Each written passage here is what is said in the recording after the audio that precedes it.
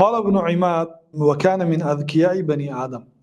ابن العماد میگوید که ابو حنیفه از ذکی‌ترین فرزندان آدم بود. پیغمبرها کو پیغمبر بودند دیگر، لیکن از آدم‌های عادی یکی از با عقل‌ترین انسان‌های روی دنیا امام ابو حنیفه بودند. جمع الفقه و العبادت، علم فقه را و عبادت را جمع کردند، بین ورع و بین سخا، یعنی از شبهه پرهیز میکرد، سخاوتمند بود. و کان لا یقبل جوائز الدوله، مکافات‌های دولتی قبول نمیکرد. از خلیفه پول می آمد قبول نمیکرد، سلطان پول میفرستاد هدیه میفرستاد قبول نمیکرد. بل ينفق و یؤثر من کسب، بلکه به خودش از کسب خودش نفقه میکرد.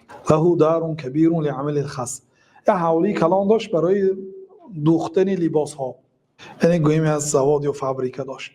و عنده صناع و اجرا، در نزدش سازنده های و یعنی مردکارها، اونایی که به اجاره کار میکردن، یعنی آیلیکاشون مزداشون میدادن، اونا روزبه آمده لباس میدوختند. امام ابو حنیفه به آنها مزد میدادند رحمه الله تعالی.